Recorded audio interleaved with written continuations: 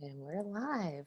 Welcome, welcome, everyone. Today is Tuesday. I'm going to look at the calendar, July 28th. And this is the Intuitive Development Time of Evolution community call. So excited to be here. It feels like it's been a month since the last time I hosted a call, and the energy is just really picking up and really moving. Last time we talked a little bit about this sort of expansion of time and how things are moving faster than we're used to. And it doesn't look like or sound like it's going to slow down anytime soon. So one of the things that's been coming up for me as I've been communing with the greater consciousness and my own meditation practice is, I've been asking the question, because I've been hearing this question over and over.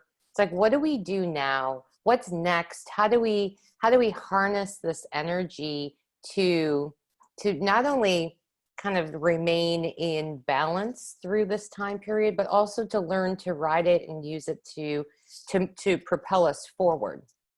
And so when I was sending the email out the other day, the words that were coming to me was inspired action. Like, how do we take inspired action and what does that look like? And since then, I've gotten a little bit more information about just how fertile this time is for growth, for new, for development. So I'm really excited to tap in, connect in deeper with the greater consciousness, even though they're here now as I'm talking, and see what they have to say about this time and space reality that we find ourselves in right now. Before we get going, does anyone have any specific questions or items that you'd all like to have addressed on today's call? All right, good, cool. Feel free at any time, just for those of you who are newer to the community, you can email me in between calls if there's something that you're interested in, curious about, want to delve into further, and we can bring that all into these calls as well. So I'm going to take just a minute and connect a little bit deeper into my own core root, tap root into the earth, and I invite you all to do the same. To just take a couple of deep breaths in through the nose, out through the mouth. As you breathe in, really feel it fill your belly, your lungs. As you breathe out, release anything that doesn't need to be part of this experience in this moment.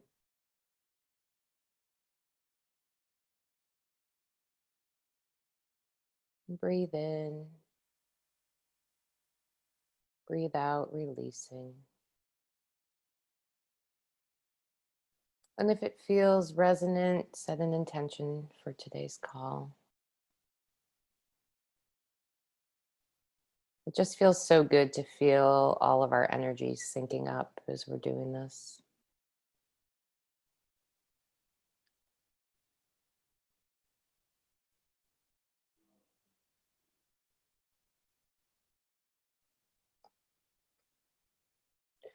So the first thing that's coming through is the kind of the reiteration of what they were just saying about this time being extremely fertile.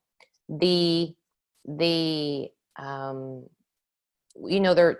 not only are they like showing me like ground that already has green sprouts coming up, but that it's almost that you can smell the earth, like it's that ready to bloom, to grow, to create new life.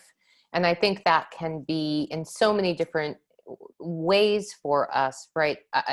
They're making me feel like the growth first starts internal. It's this time of allowing ourselves to come home to ourselves, to our inner knowing, to that connection with our inner knowing, which we've talked about, but this takes it like into a deeper level of allowing that to be the space where all new is born, right? All new growth comes. And it's what they're saying, and they want me to be very specific about this, is that while it is such a fertile time, and while they're going to be talking more and more today about inspired action, they want to be very clear up front that this is not about driving, striving, forcing, shooting all over yourselves. This is about a time of, it's a dance. This is a time of understanding the cadence, understanding the flow and the process that's unique for each one of us. And then taking action that feels as though it's inspiration. It's not action that we're planning and thinking and prodding about. This is about setting the intention, being grounded in this connection with ourselves, to be able to say in whatever way feels right to us, universe, I'm ready. Show me the next step. Show me the next step. Show me the next step. We've talked in this community a lot about, you know, you take a step, the bridge builds around you. You take a step, the bridge builds around you. What's happening now is that we're going to be more and more inspired to take these steps, to create from this place of connection, to really start to put ourselves out into the world in different ways. And that doesn't mean that we all have to take, you know, some creation and go public with it. This means that however we're choosing to align with what's being born within us and around us in the space that we're creating is going to be more and more into the light, more and more out into the world in ways that will radiate healing, will radiate understanding and knowing, and that people are going to start to be able to recognize just from your vibration, just from the way that you're carrying yourself forward into the world, how you are aligned and how they're wanting to feel that same alignment. And it's really interesting because what the greater consciousness is saying is that you know, this is not, do not interpret this as that we are all going out and becoming healers in the sense of, you know, creating these practices but we can be. That is a big piece of what's happening today. But that this radiating, this vibration out into the world is just part of who we are as we come into alignment with ourselves. Now, it may feel as though this is a reiteration and a repetition and a regurgitation of things that they've said in the past, but this is an ongoing evolution of the same conversation, because this is the conversation of the time. This is the conversation of the moment. And it's our personal responsibility on the journey, on the paths that we are choosing, to continue to delve in, to continue to turn over the soil, to continue to nurture, water, you know, pick the weeds around whatever it is that we're creating. And it's not about necessarily knowing this is the one thing that we're creating, but that anything that we're inspired to be doing, to be creating, to be building, to be baking, to be painting, anything that we're inspired to be doing is this birth, is this creative birth, is using this time that's so fertile, that's so ready for us to use it in this way, to really take advantage of it as we feel inspired. Now, one of the things that the greater consciousness is saying is that the term inspired can even be a little bit maybe confusing or not clear, because inspired can be interpreted differently by all of us. And so what they're wanting to be very specific about is that feeling inspired is almost this visceral response to something that comes into your mind, like where you might think of something or get a download or a synchronicity or coincidence comes into your awareness, and your first response is, oh, really?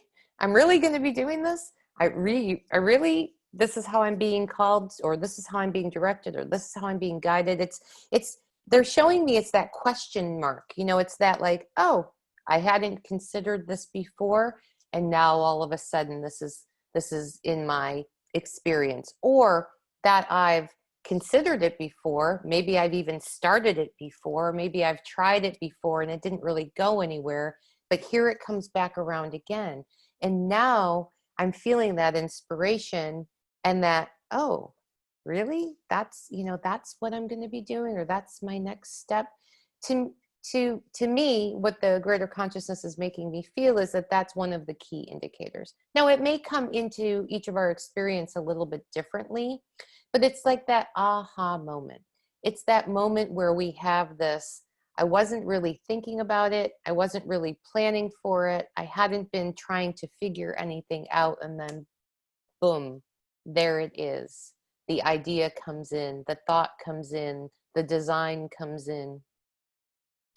You know, interestingly enough, sometimes even for me, when I'm in a place of receiving like that, I'll get entire downloads. I'll get articles downloaded, posts down, you know, blog posts downloaded, like all just boom, it just drops in. And it does, it takes me a moment to go, okay, this, I'm writing about this today. That wasn't, that wasn't something that I was planning for. And so that's really the difference. It's in the feeling and not the thinking. It's in that heart, our heart awareness, and not our thinking mind.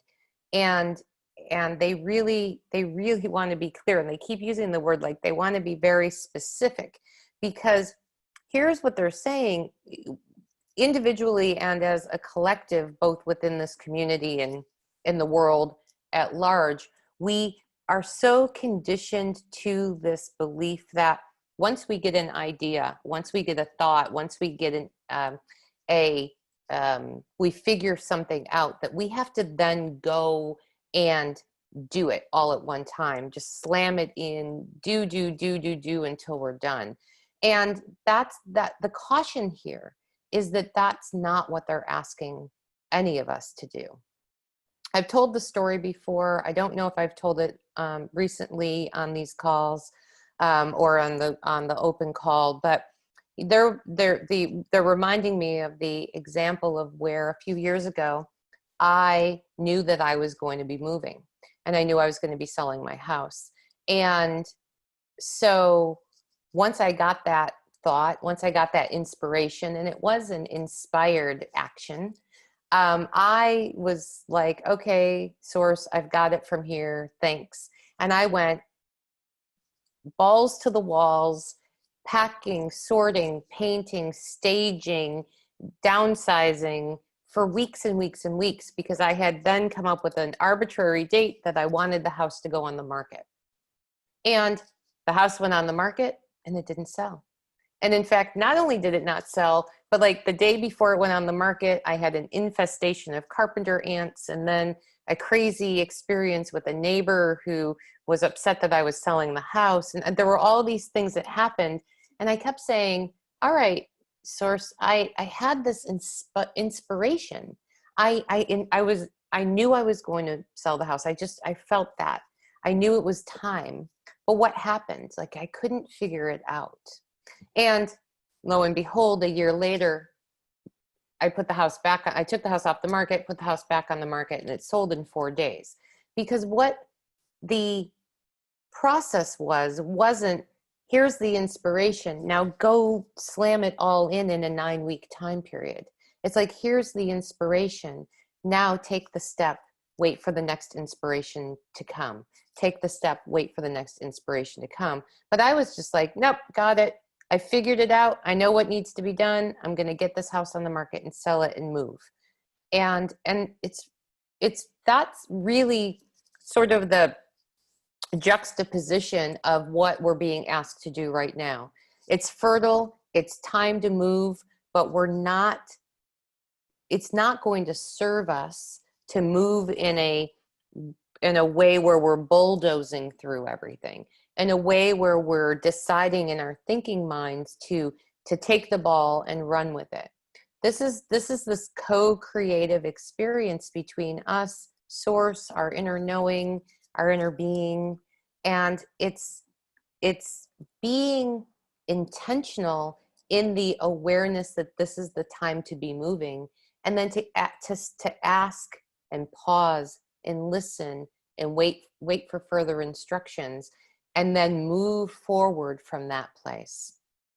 And what they're saying is that by doing it like that, things are going to move way faster than if we try to push things forward and create the plan to make it happen. And the reason for that is because when we're creating a plan to make it happen, there is resistance there. We're resisting the we're like in resistance of that being patient part that's often comes when we're putting anything out into the world or creating anything, even if it's just for ourselves. It's this resisting the time that it might take, resisting the pausing in the forward momentum. And so when we are able to step, pause, let the bridge build around us, step, pause, let the bridge build around us, it actually will happen faster because the resistance, which can hold things back, isn't there. And so that's a really important, it almost seems counterintuitive. And yet right now, especially with the way that the energy is on the planet, that way becomes the way.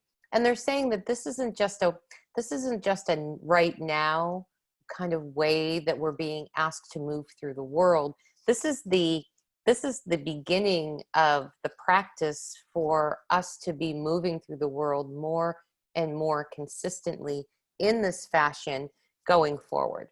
You know, in this time of evolution, this is the training ground for us to really, really tune in to how we're being inspired and how we're being instructed, and then following those, you know, it's almost like snippets of information. The other, you know, the piece of this that's really interesting is that our human brain, our ego mind, our thinking mind, we can call it all these things, has this tendency, it's like almost a predisposition to take a snippet of information and create a whole story around it. I often say our brains love to write the end of the chapter when we're only at the very beginning. And in lots of cases, it's really nice to be able to flip to the end of the chapter or flip to the end of the book and see what happens. But we also lose a lot of it, of the flow of the story when we do that. And so because we don't have any way to know the end of this chapter that we're in now, or the end of our story as our whole life experience, the only thing our brains can do is create a story based on expectation, desire, limited belief systems. And this is not about manifestation. That's not what I'm talking about. This is about where the brain tells the story. And then we start down this path of self-fulfilling the story that we've created in our mind, which completely cuts off the connection to the inspired actions, the inspired information that's coming into us all the time. Does this make sense? And the thing that's really interesting is that it can be, I mean, even this information can create resistance, because I know that there are many of us in this community and beyond that have been, you know, I'll use the term loosely, but working on our businesses, our practices, and the coming into alignment with ourselves. And it almost feels like, gosh, we have to do more work, or we're not ready to launch yet. And that's not what the greater consciousness is saying. But the greater consciousness is saying that our idea of launch in our thinking minds can be very different, and often is very different than the actual way that launch can happen. And what they mean by that is that it's that unfolding of things step by step versus the pushing and making things happen. And it's almost like when we just going back to this fertile ground analogy that the greater consciousness was bringing in at the beginning, they're coming back to that, and they're saying it's in this, when we don't allow, it actually is killing the soil, right? It's killing that fertile ground. It's not giving it the light and the water and the nourishments that it needs to really grow into its own. And that's important for us to understand, because when we can understand that we have some personal responsibility in the way that things flow forward, it helps us to be more loving and more taking care of this fertile ground that we're finding ourselves a part of, that we're finding around us. And it allows us to be very thoughtful and intentional in what we're putting into what we're creating. And I keep this, so there's this dual conversation happening, and for you guys that have been around for a little bit, I am often having this dual conversation with greater consciousness, because when I'm asking about this term create, because to me, it can cause some of us on this call to say, well, I'm really not feeling like I'm creating anything. I'm just trying to figure out like what my next step is, like where am I supposed to be going, and how am I supposed to like get up, get out of bed, and make it through each day, and then wash, rinse, repeat, and do it again the next and the next and the next. And so they want to be more clarifying on the fact that when they're using the word create, it's creating your experience. It's creating your experience, and that can start from how you create your day, how you intentionally create your experiences as you flow through the day. So this doesn't have to be about creating some product or business or process or new something, but that each day we are creating new. And this is the most fertile time, and it's going to be the most fertile time for the entire year here in the next probably 4 to 6 weeks, where what we set the intention for and how we co-create moving towards those intentions will be it'll have the most movement if we're not pushing it, if we're not forcing it. Not only will it have the most movement, but it is laying the groundwork for all that's to come. So it's really a critical time for us to be aware of how we are setting the intention and being in intentionality from a day-to-day basis. Whether we're creating just the movement of ourselves through each day, or that there's something that we're wanting to create. It could be anything in between that, but the same guidance applies to all. It applies to all situations, and it applies to all of us on this call too.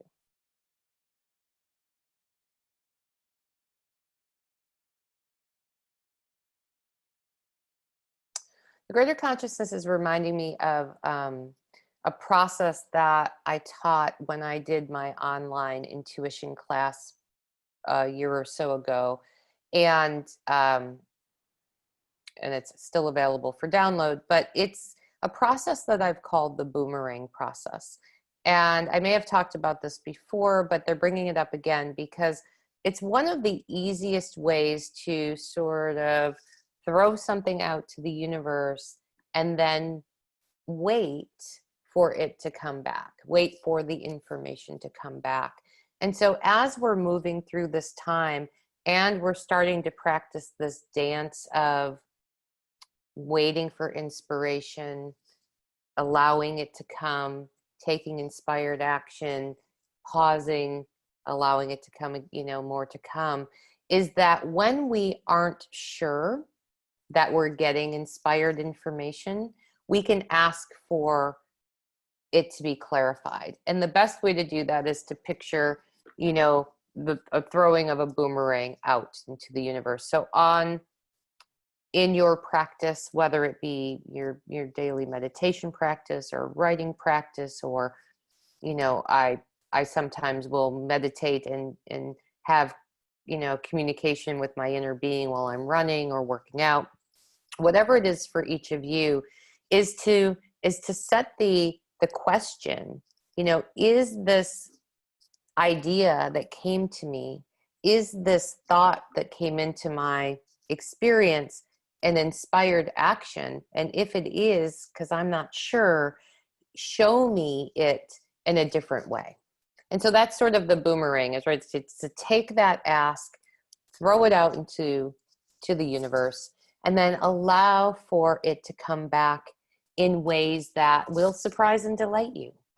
And very often, while it may not always feel like an immediate response, very often when we can let it go out to the universe as a question and have it, come back when it's timing, it will be very clear whether or not it is the next step for you to take, whether or not it's an inspired action that's coming from your thinking, your heart mind, or your thinking mind.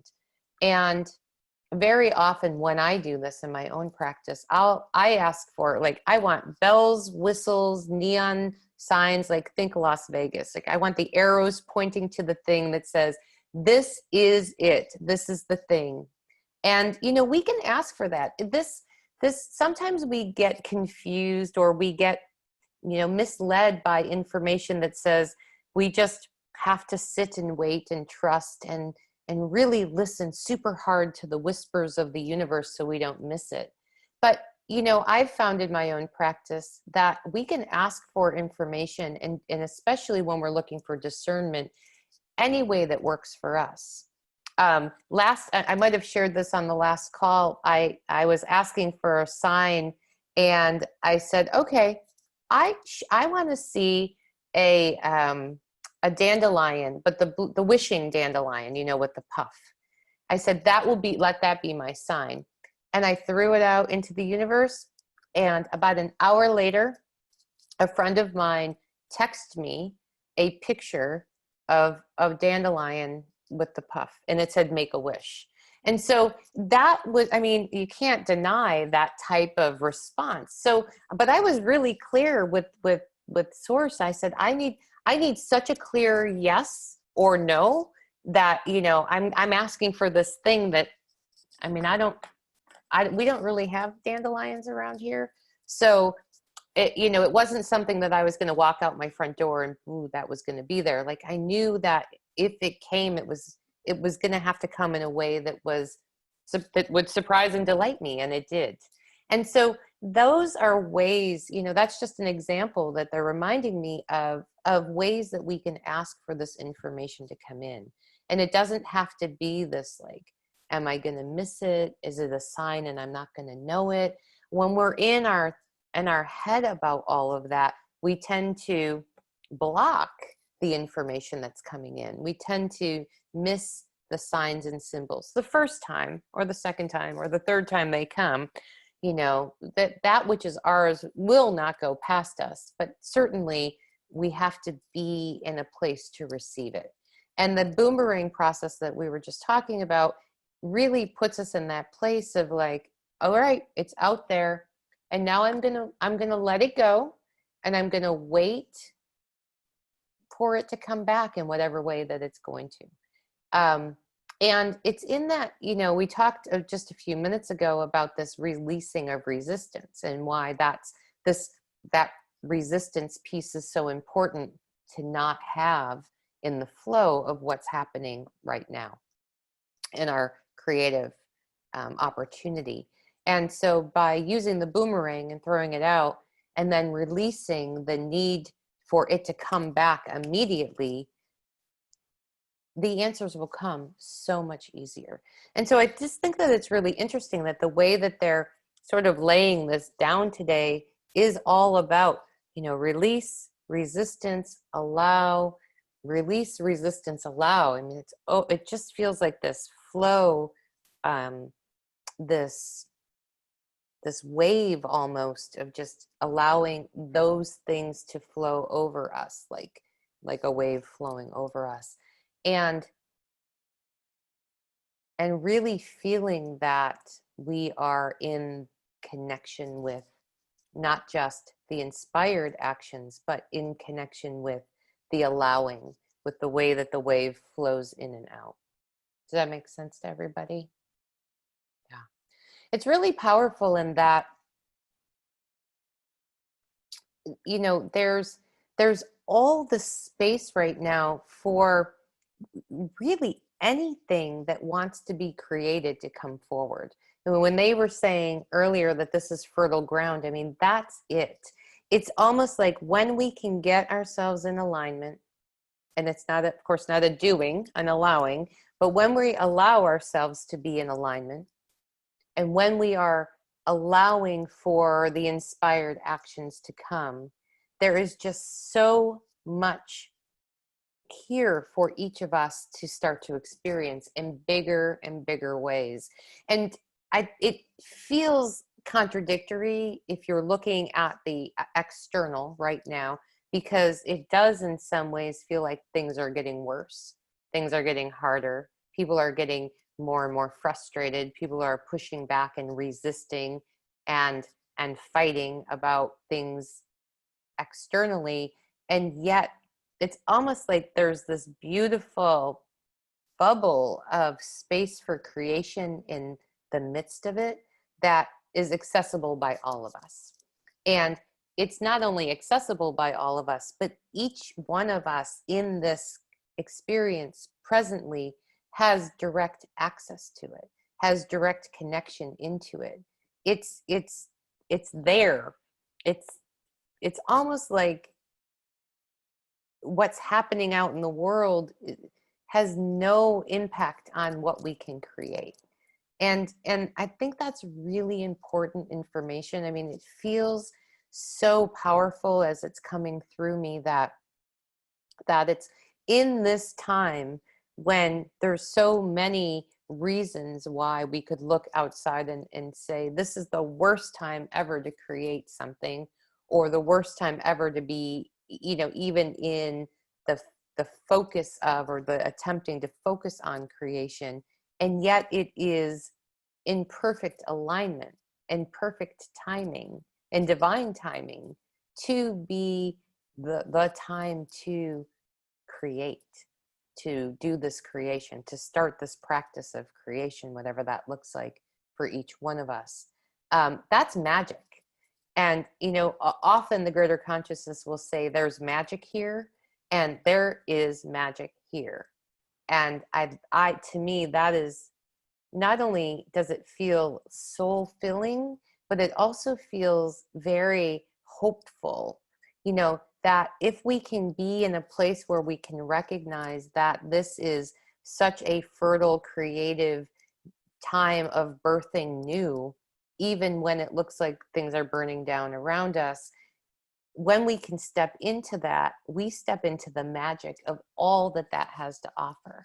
And while other people, especially, and this is why they're bringing up other people, is especially when there's people in our direct sphere of influence, right? People who are our friends, our family, our partners, when they're not on that same page, it can create even more feeling of challenge to be in that space of creation. And yet that's where the practice is. That's where the practice is. It's to not be influenced by anything that's happening outward, anyone who has an opinion about what's happening outward, and to really allow for us to create. And it's in that apparent contradiction of energies where it is really magical. It's where the magic really is being born. It's you know, when I used to get these really big inspired ideas, the first thing that I would say to source is, that's the craziest thing I've ever seen, or heard.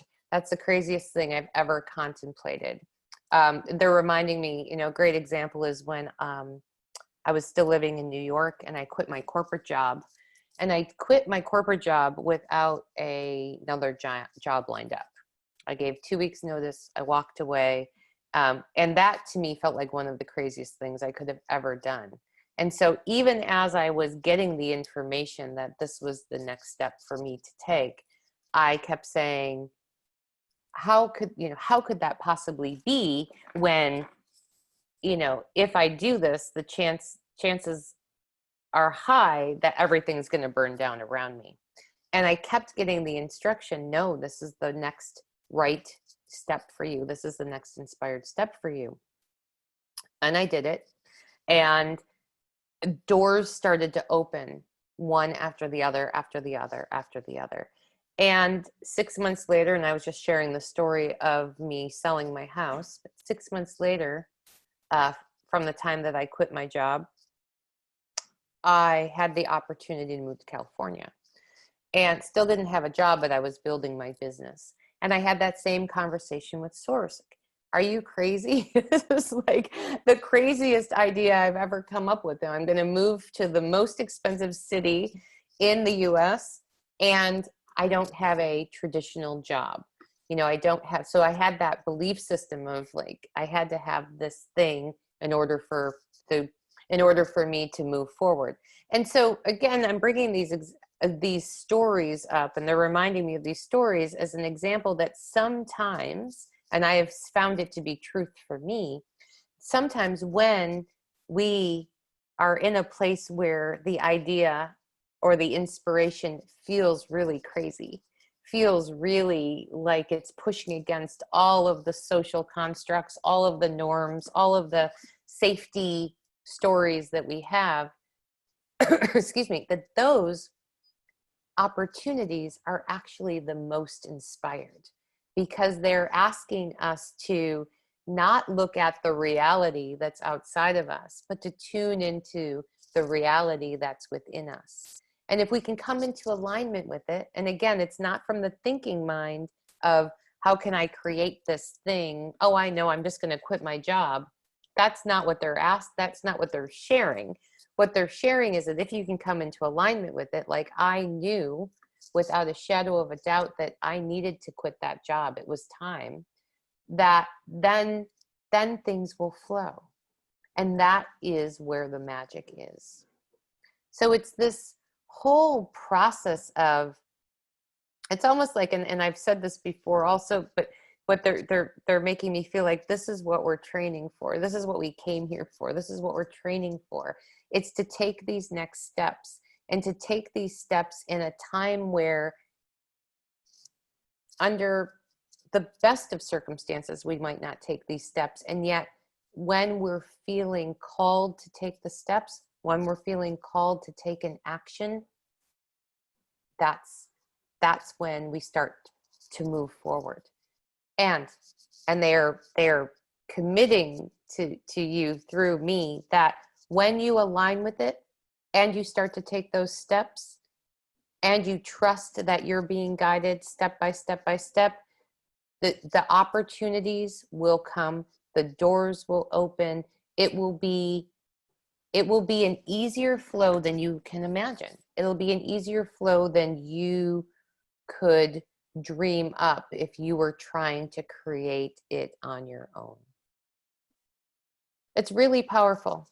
It's really powerful. So the permission here, if you need it, is that now is the time. It's time to take action, not force it, not create it, but to take action as it's inspired. And it might even start with you having the conversation with Source that says, I'm ready. I'm ready to listen. I'm ready to receive the next inspired action. And I'm ready for it to be so inspired that it's undeniably an action for me to take. And those are really powerful requests to the universe. Call them prayers, call them mantras. I tend to have a very casual conversation with Source all day long, every day, or most of the time, every day. And it's very like if I were sitting down with a friend, it's very casual like that. And so there's no ritual that's required here. Only the commitment to listening and then taking the action that you're inspired to take.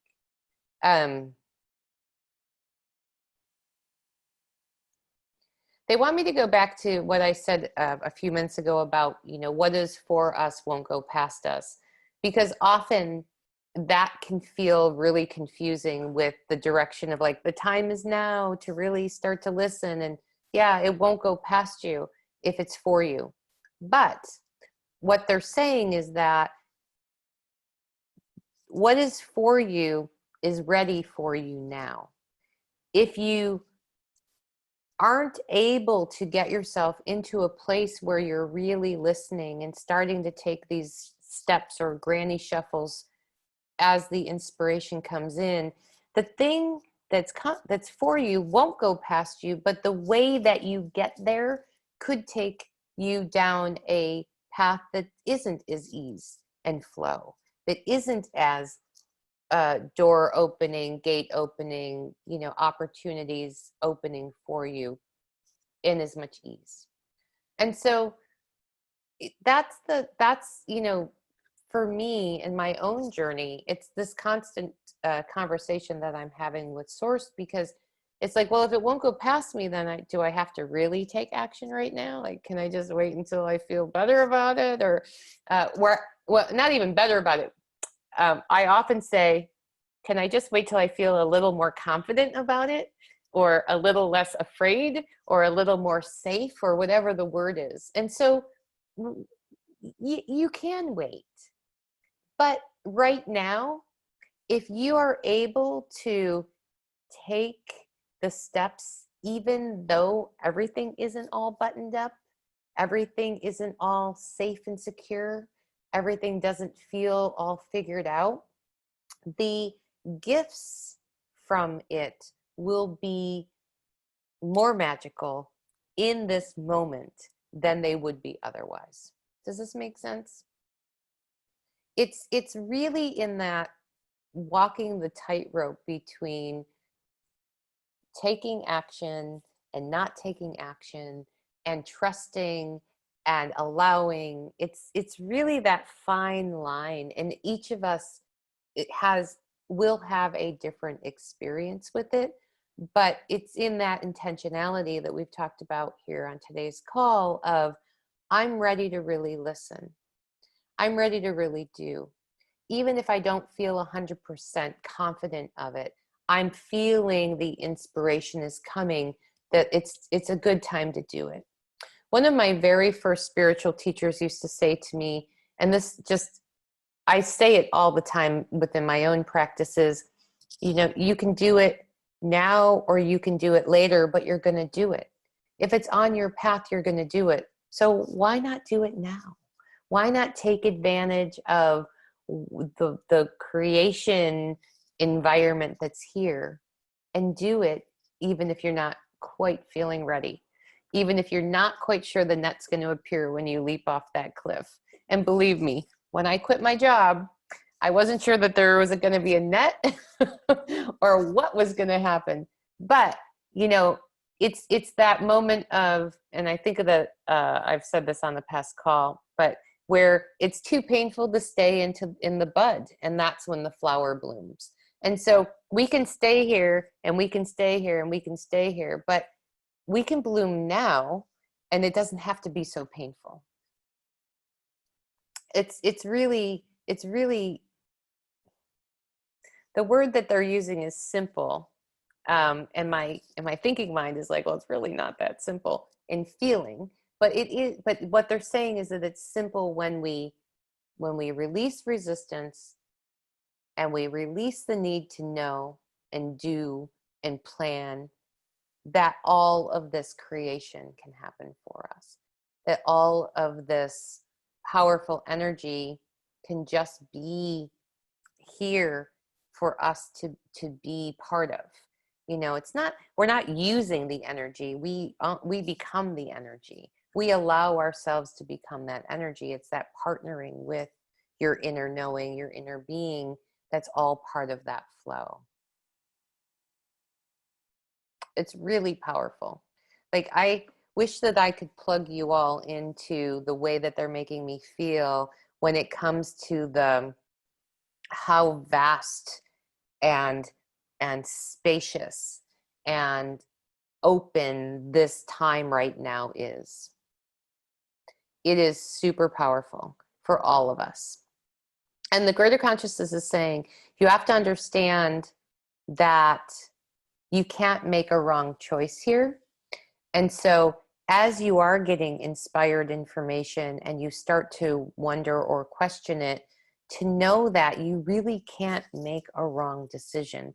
This is all on our path of evolution. This is all on our path of transformation. Everything that's happening outside of us, everything that's happening inside of us, everything that comes into us, even those things that come into us as thoughts that we're trying to figure things out. It's all good. You know, the greater consciousness wants to give you sort of the cut through path to as much ease in this time as possible. But there is every kind of way to do this journey that we're on, each of us uniquely, individually. So they want to be really clear in that what they're saying isn't the only way. What they're saying, what they're sharing today is that it's the path of least resistance. It's the path of most ease. It's the path of shortest duration from A to B, whatever those 2 points are for each of us. It's really powerful. It's as palpable as the energy that we're probably all feeling right now, that feels a little erratic, that feels a little frenetic. It's almost like it's the energy of this creation is the polar opposite of that frenetic energy, and yet it is as powerfully a creator as the frenetic, agitated energy is a breaker down of things. So we've got this sort of things are breaking down and things are being created all at the same time through these two different types of energies. And so that's really interesting. What they're saying is that's kind of why this time and space here is so fertile, is because as things ramp up externally, as they become more intense, the opportunity here for creation becomes more available. It's that, sort of the yin and yang of the energy right now. Does that make sense? Does anybody have any questions about this? I feel like they were saying a lot today about this, and I want to make sure that everyone's clear on kind of what they really want us to know.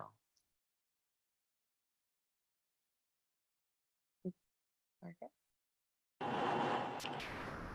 Hi. For one, I feel like this call today was like tailor-made for me for what I have going on.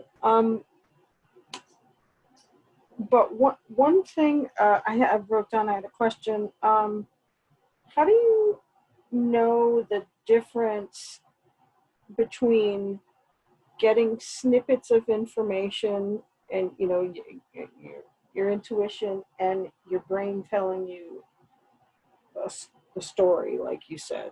Mm-hmm. Well, I think it's going to be different for each of us, and I think it's also different based on what the experience is.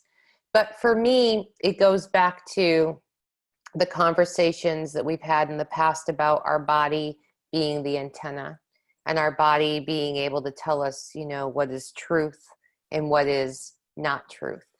And so just to start with the second part of your question, which is how do we know if our mind is telling us a story or if we're creating a story.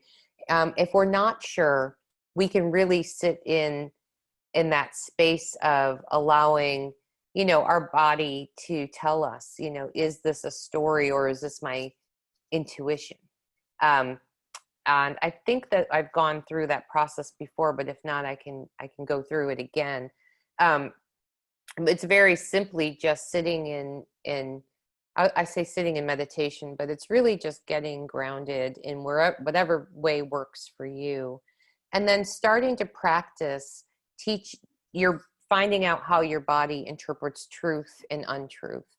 And it's very simple exercise of just setting in place, getting grounded, telling yourself an untruth, and seeing where it shows up in your body. For me, I end up, when something is an untruth, I end up getting a really tight feeling in my stomach. And the other thing is that I get this buzzing in my tongue for whatever reason. That's just where this untruth shows up in my body. And when it's my truth, when I'm using the word truth in this case, it's like, is this my soul's truth? Or is this an untruth that my brain is trying to make up or convince me of? And when it's my truth, it's like everything in my body I feel my shoulders relax. I feel my face relax. I feel my breathing shift. Like it's very, very, like I have been as I've been practicing this over the years, I've had the opportunity to really come into very fine tuning with it. But it starts with just practicing and seeing where things show up in our body. And so, Margaret, to answer that question, and I know you know that process, but sometimes we forget that we have this great toolbox of process and techniques that we can use to help us discern.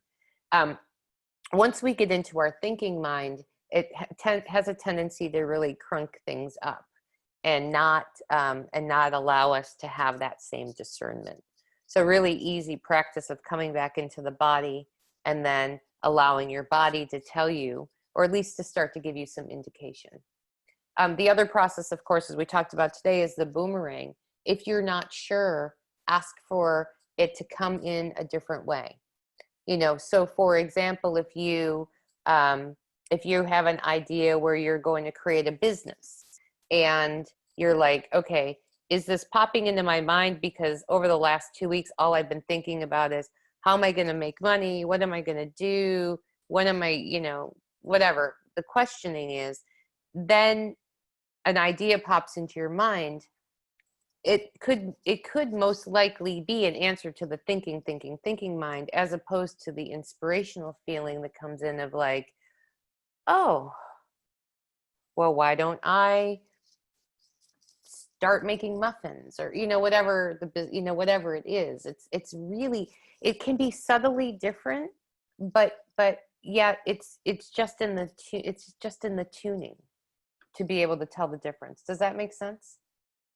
I think for as I'm asking this question, the greater consciousness, that what they're saying is that the biggest difference is that you'll actually be able to know the way that it comes in through your body, if you're feeling it coming in as a thought versus feeling it coming in as a sensation. And that, again, just is in the fine tuning, which you personally are already in that place where you can do more of that discernment.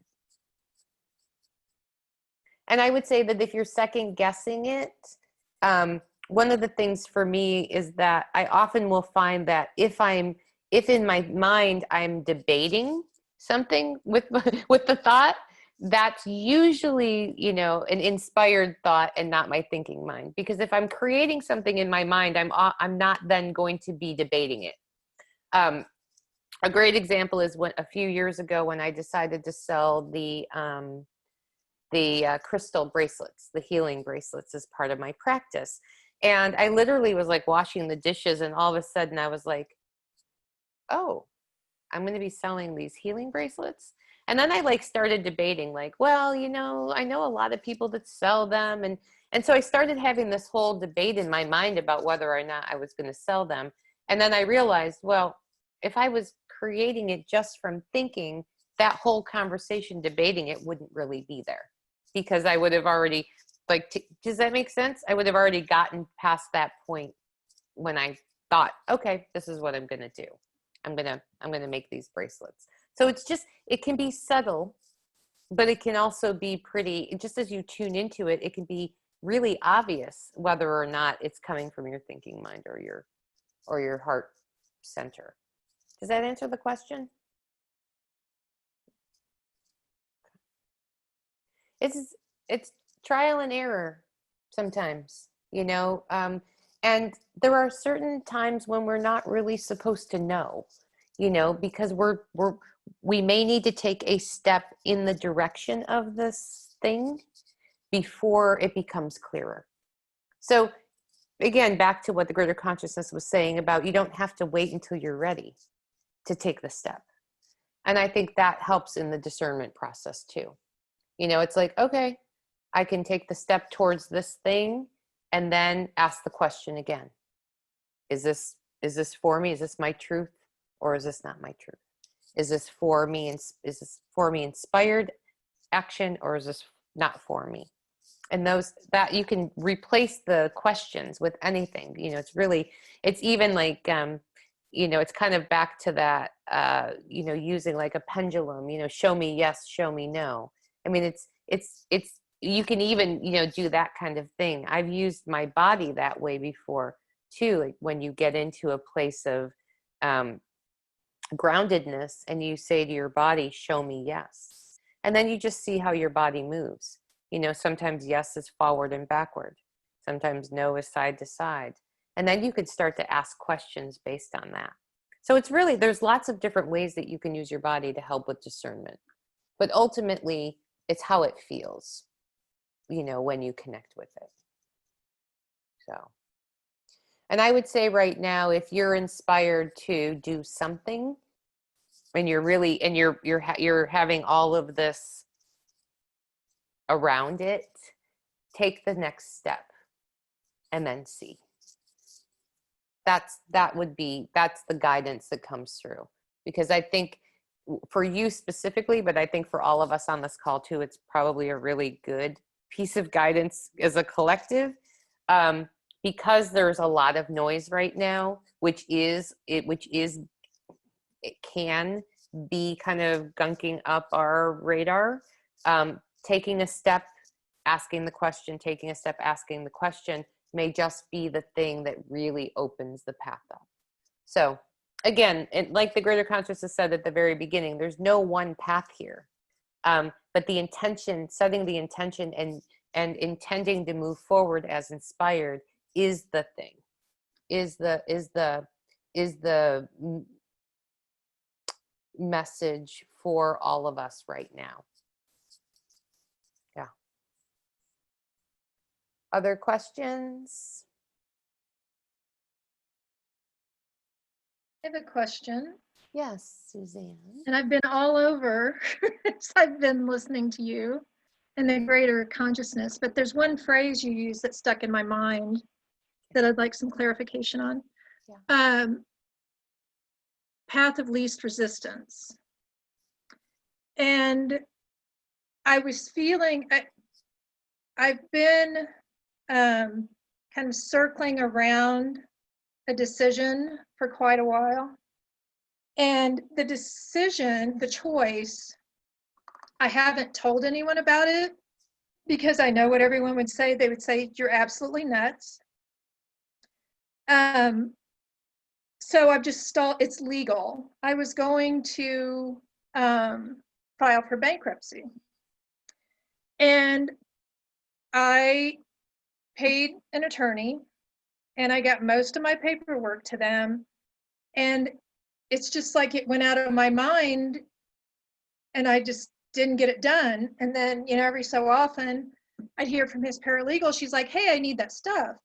So I sent her some stuff a while back, just not consciously, but she's like, yeah, just to respond to the request. But there were several things that I hadn't sent. And I've had this sense for months. It's like, I don't think you should file for bankruptcy. And in the world, this makes zero sense. It makes absolutely no sense. So I've been working with this lately. And today, finally, I sent an email because for whatever reason, I couldn't bring myself to actually call her and That's said, okay. yeah, Mhm. that's what I thought. It's like, I don't have to do it their way, you know? Yep. So I sent an email and I'm like, I've decided not to file for bankruptcy. And I'd like to know, and I'd like a refund of whatever funds weren't used. So this has been, I've been all over the place with this. And the more you were talking, I'm like, yeah, because it's a feeling, you know? Mhm. Then when you said path of least resistance, that's when I kind of like tilted, Okay. but I think I'm thinking path of least resistance, like in a worldly Right. sense. But you followed the path of least resistance because you had resistance to the bankruptcy process. That's true. And the path of least resistance was to say, I'm out.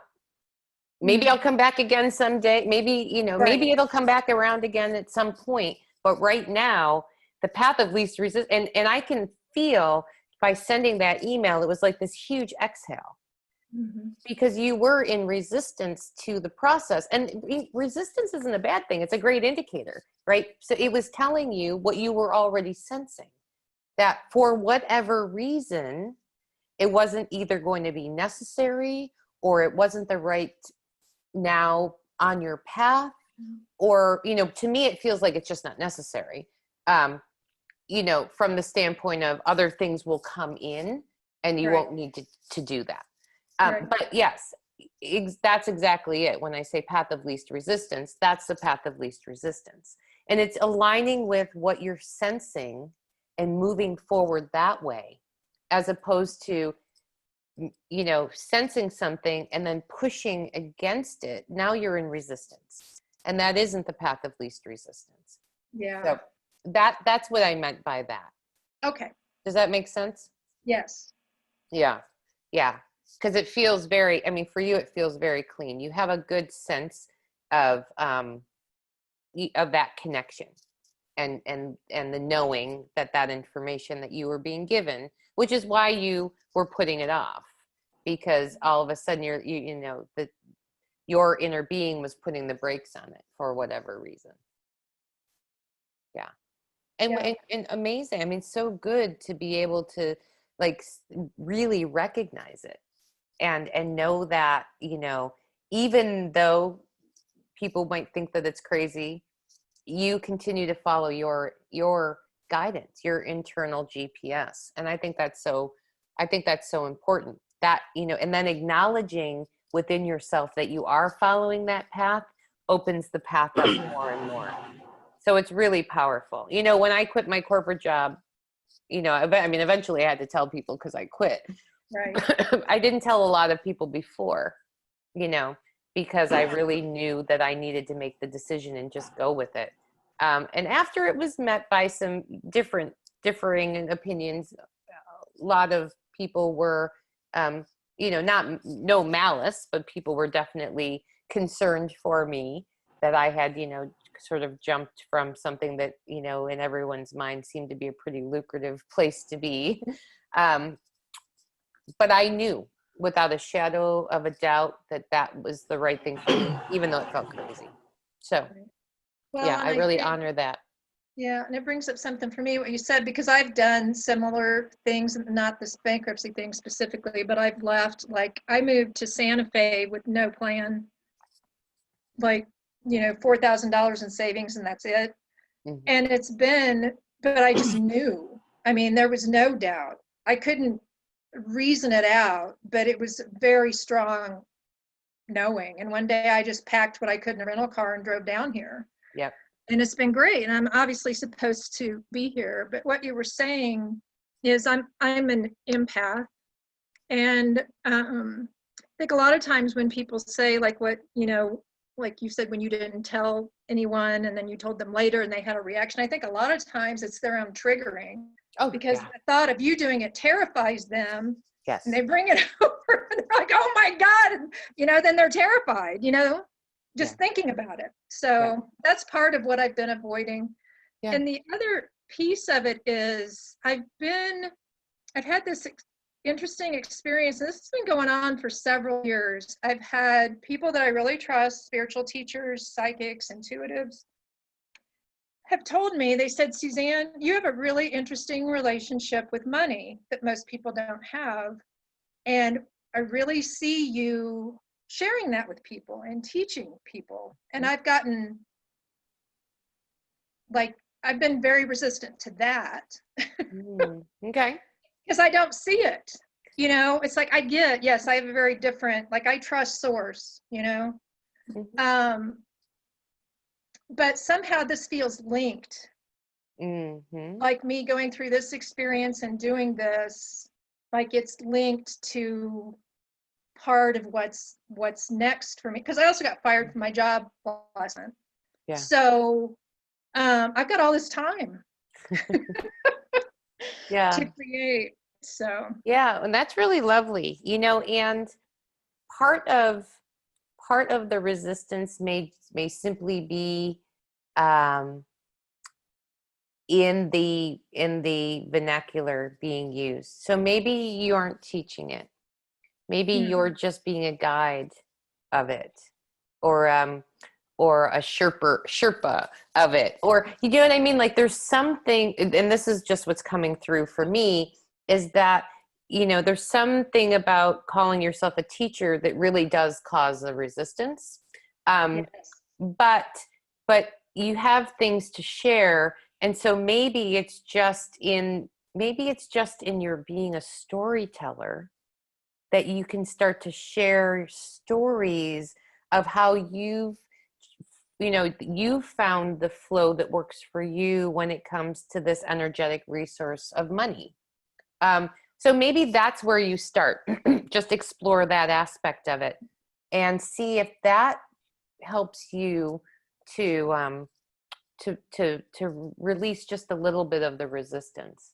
Yeah, that got rid of a lot, because I actually got chills when you said that, because the word that came to my mind was scribe. And I got the message years ago when I started studying numerology, and I looked at my own numerology, and I have the number 14 in a couple of places. And 14 is the number of the scribe. And I've always been a writer, and I've actually been writing more.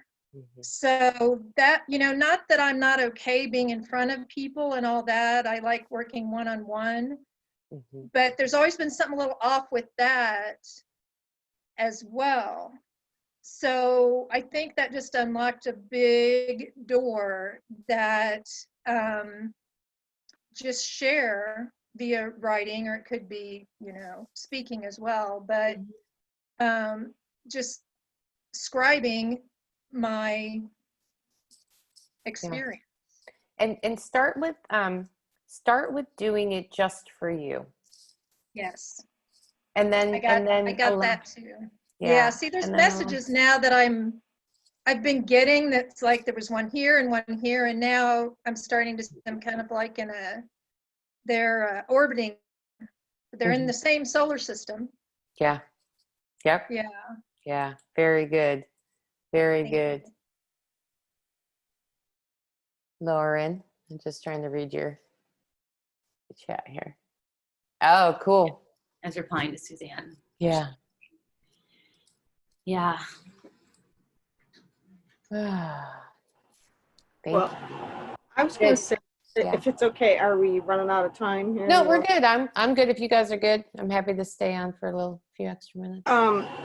I was just saying, I was just thinking I had a really similar thing, well, as you, Amy, and you, Suzanne, about the doing something that you're,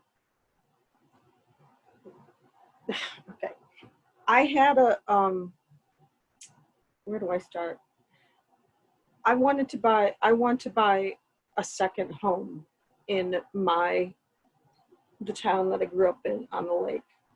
and it's been a deep, deep, deep soul need of mine for a long time. And but I don't have a job right now. You know, I mean, other than, you know, unemployment, I don't have a steady income. And I wanted to look, you know, and I kept thinking, you know, I've been looking and nothing, you know, it just came to a dead end. Like, oh, I can't really afford that. Well, how am I going to get a mortgage? Blah, blah, blah, blah. And then, I don't know, yesterday or something, that before a couple of days, I'm like, oh, maybe I should rent. Maybe I could find something to rent for a while. And I didn't see anything in the places I looked. And then I had the idea to look on Craigslist. Now, nobody goes on Craigslist anymore. But I looked at like apartments or whatever, and then I just looked at buy. And there's this thing on there of a house that's not in the exact place I want, but it's on the periphery. And it's a guy who bought it as a, like a, you know, auction for like nothing. And he started to remodel it. Now he's done a lot on it, but he's just, I don't know, he wants to dump it. And he, I went talking, and I said, well, what's this, you know, are you looking for, you know, like just a mortgage, cash only, owner financing? And he's like, I'm pretty open-minded on how to do it. So I'm like, who the hell else is going to give me financing right now? I'm like, oh my God, maybe this is how I do this. I do this and I kind of stay in it as I'm remodeling it, and then I flip it and I buy a better, or I keep flipping it, or I don't know, you know, but it like felt like good. But then now I'm like, oh God, wait, you can't, you gotta be, you know, you don't have any money, you got, you know. But I'll tell you one thing, again, you know me, I've always been safe. I gotta play it safe. And just because I had to raise kids. But did you ever watch the show Shameless? Mm-hmm. Anybody? And did you watch it last season or the last couple I of couldn't get seasons? past season 3. Okay. It was too dysfunctional for me. Well, I know, it just, to me, it's funny because it's so ridiculous that it's not, you know.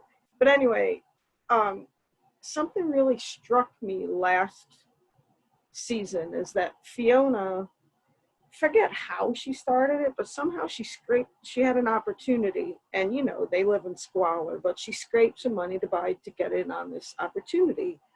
And then she kind of, I'm sorry, someone was just pulling in my driveway. I don't know who. And then she parlayed that into some more money, and then she took all that money and parlayed it into some more money, and then, you know, and I was like, that I should do that. That's how I should, because then it's like, you know, watching all these other people, like, you know, a certain people that just use other people's money to start. And I don't mean like swindling them, but like, No, but I think so. Well, I want to break it down into pieces, right? Because this is a great example. So you were led to this Craigslist opportunity, and you know, you weren't sure how you were going to figure out financing, and then all of a sudden here's an opportunity where all of a sudden, out of the blue, somebody's willing to finance you. You know, so that's to me, that is so inspired and divinely orchestrated. Now, where you want to be careful is not to say, thanks, source, God, spirit, Fred, I got this, and then go do. So don't tell the end of the story, because yes, you could live there and fix it and flip it, but who knows what magic is there for you, you know? So it's nice to have a idea of what you might want to do with it, but just don't hold too tightly to it, because I think that there's something that's even bigger for you. And because it is so there is so much divine orchestration here, you know? Yeah, no, that is the thing. I'm definitely not gonna pull the trigger. I've been learning from what we've been talking about to just, sit with it. Because like, even, the guy, well, like I waited a couple days, I guess it was 2 days, whatever. I waited 2 days till I got back to the guy. I Mhm. didn't say like, oh, I want to run down and look at it. I haven't. Yeah. I don't know if I'm going to do that, but Yeah. I am letting it Awesome. marinate and unfold. But it was just a nice sign to see that. Oh, there is some creative financing out there. Yeah. But that's the thing, that's where we end up blocking ourselves, is saying things like, I'm not even going to look because I can't get financing right now. When, it's And it's possible, like funny, with connection to source, anything is possible. Anything. but also my other thought was the things that I need advice on, like practical things, like the guy says the wiring is like this. Does this matter? I don't know what that means. You know what I mean? I keep crossing people off the list to ask things because I know what they're gonna say. I know they're gonna be like, oh, you get in over your head. Don't do that. hmm hmm But you can take each item and do that, do that kind of check-in. Does it feel like this is going to be a big thing or not a big thing? Does it feel like this is going to be, but but just be careful with the stories. This is what keeps coming through. It's just be careful, like what you create story-wise around it. But the opportunity is really interesting. It doesn't sound as promising as Suzanne's. What do you mean? No, I don't know. It just sounds, I don't know. Well, again, I'll just circle back to the very beginning of the conversation, which is it was divinely orchestrated. I don't know how, it doesn't get much better than that. You didn't go create it. You didn't like you were inspired to look at Craigslist. Now out in California, actually people still look at Craigslist, but I know the rest of the country, they don't as much. You were inspired to go look there. You found this thing, like it's all unfolding. The only guidance that's the greater consciousness just wants to point out is to not write the end of the story. Just do like you were saying, one step at a time. It feels, again, it feels like you were led there. So take the next step, and you'll know the flags will be very obvious, and you can continue to ask that too. If I will be in over my head based on only my judgment, show me, not in over my head based on somebody who doesn't want to do the work. Sorry. Sound like someone was walking in my house. So yeah, no, it's good. It's very good. It feels very good. I also think that this is just a beautiful opportunity for you to put all of this into practice. Step by step by step. Good stuff. All right. Anything else, you guys?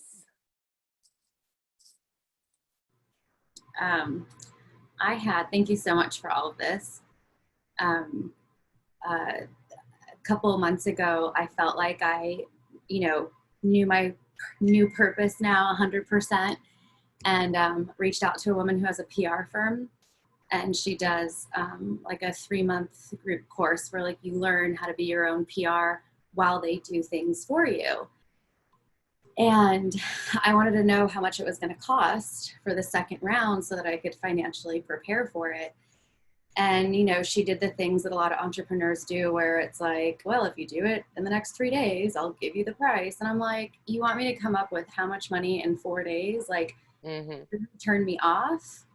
And I let it go. And I asked my master guide to download things that I was missing out of an online course that I was doing for my brand. And like the next 2 days, everything changed, like all the art changed. I was like, cool, like, thank you so much. Like, and I don't know, maybe this is helpful. Like I can ask questions to whoever it is that's giving me information, and I'll get like an actual thought response. And I'm like, cool, like confirmed.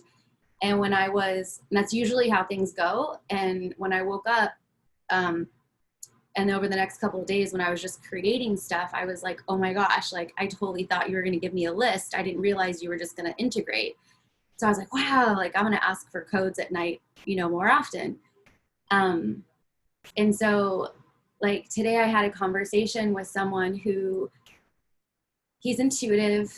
And he was like, I really feel like there's a disconnect because you talk about really deep stuff on your podcast, but then if you look at what you post, it's fitness.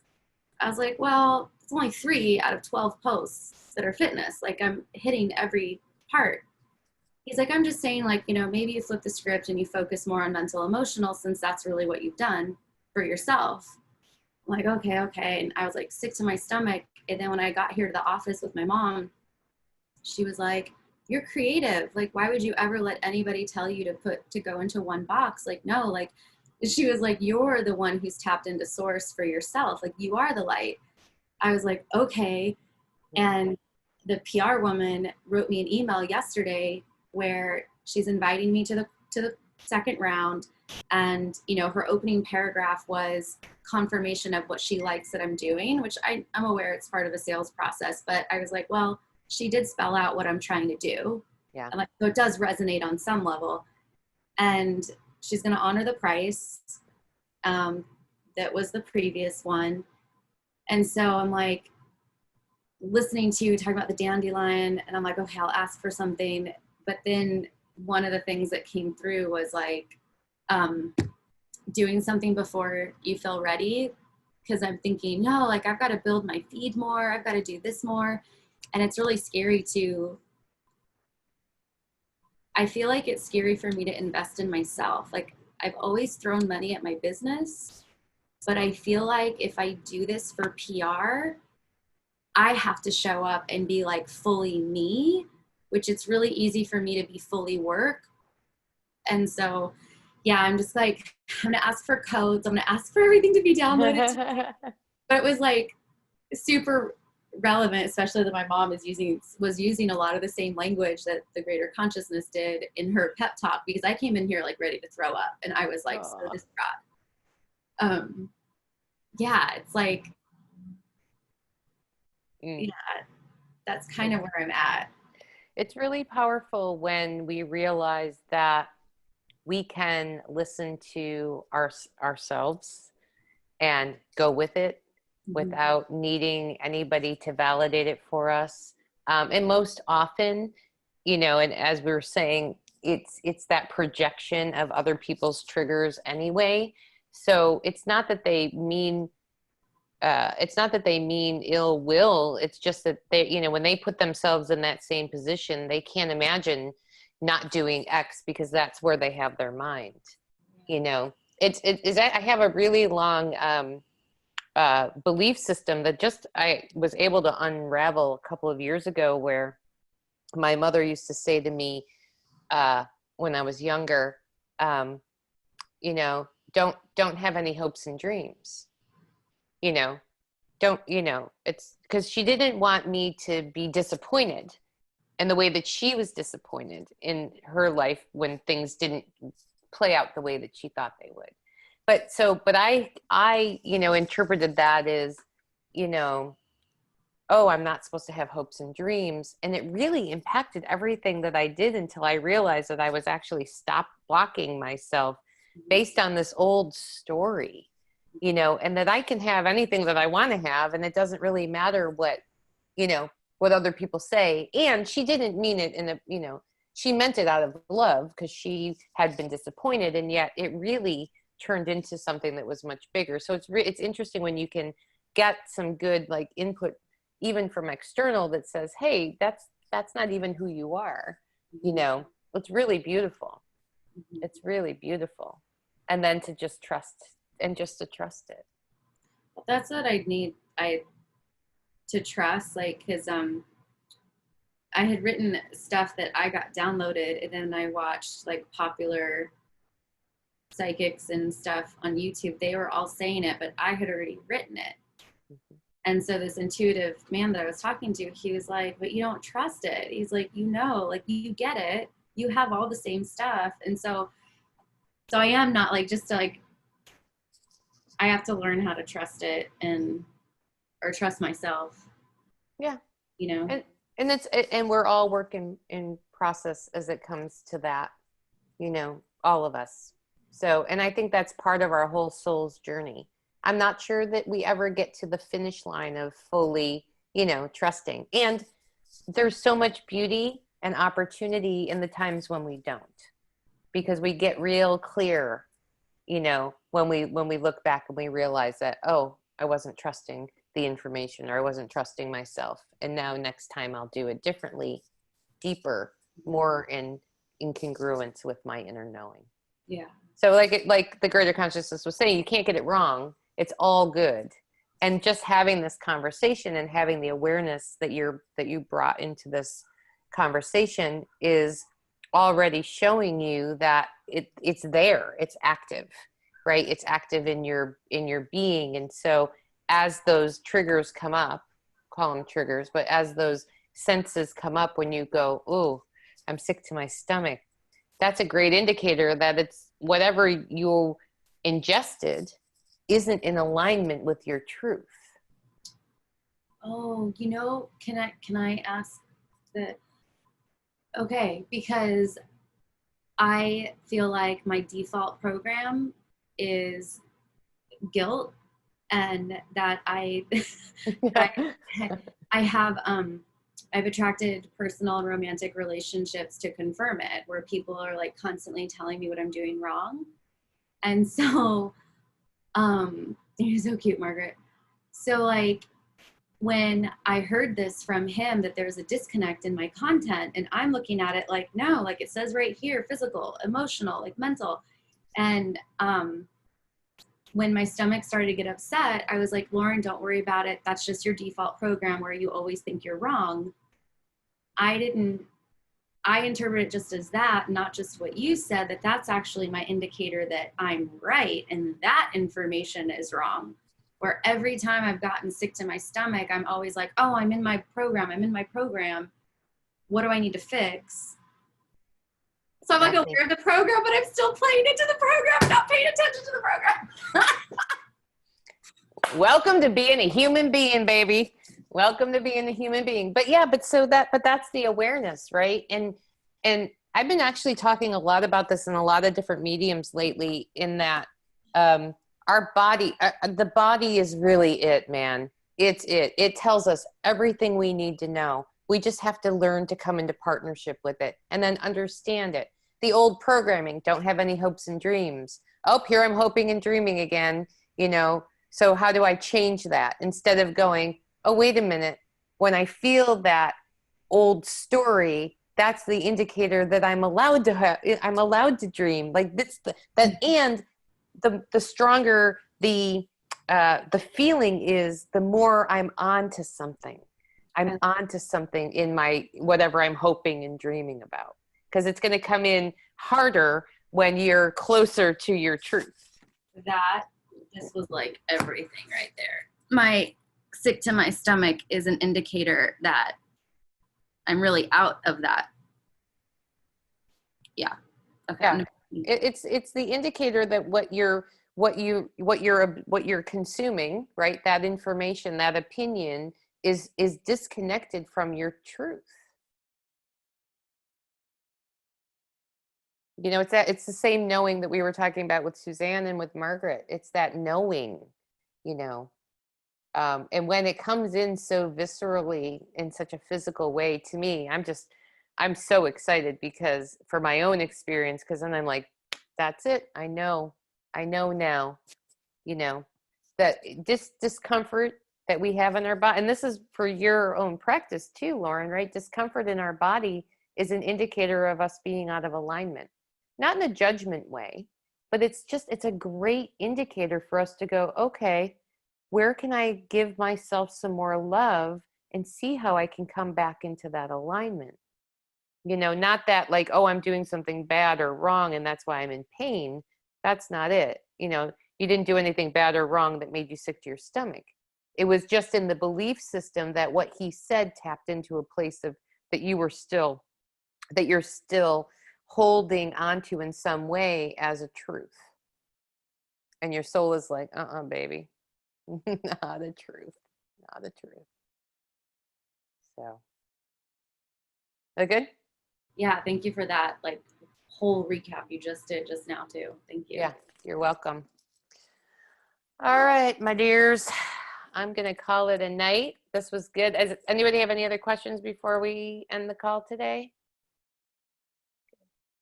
All right, I love this. It's so good. It'll be up in the archive on the website in 24 hours, maybe sooner, depending.